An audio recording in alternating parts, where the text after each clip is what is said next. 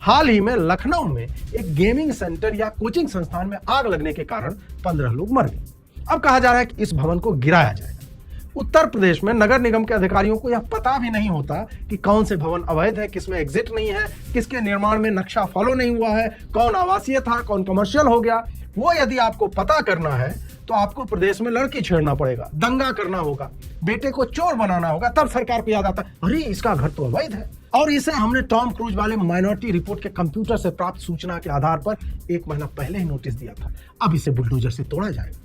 हालांकि इस भवन के बारे में अच्छा यह हुआ कि बुलडोजर को तोड़ने में थोड़ा कम समय लगेगा, क्योंकि थोड़ा सा तो यूपी पुलिस ने हथौड़े से तोड़ दिया था।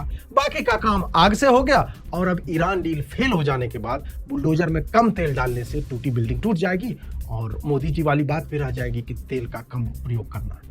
यह भी कहा जा रहा है कि भवन के मालिक ने आवासीय नक्शा पास करवाकर कमर्शियल भवन खड़ा कर दिया। सही बात है, क्योंकि फिर मालिकों ने उसे बैंगन और भांग के बड़े पौधे लगाकर छुपा दिया था, जो लखनऊ डेवलपमेंट अथॉरिटी को दिखा ही नहीं।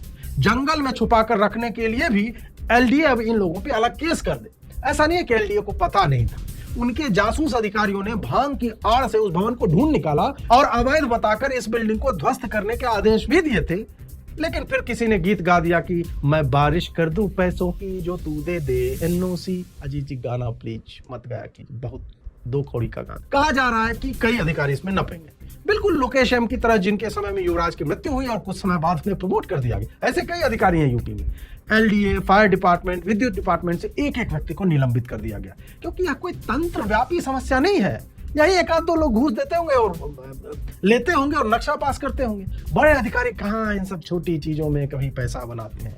जब से आग लगी अचानक से याद आया कि और भी आग लग सकती है प्रदेश में।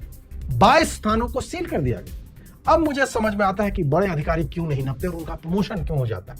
आप ही सोचिए कि अगर एक जगह आग लगने से 50 और जगह ऑडिट हो जाए तो क्या वह उचित है, या कहीं आग ही ना लगे और कोई ऑडिट ही ना हो और एक दिन 22 जगह पे एक साथ आग लग जाए। यूपीएससी या पीसीएस इसीलिए सबसे दिमाग वाले लोग जाते हैं और उन्हें सर्विस से निकालना राष्ट्र के विरोध में होता है।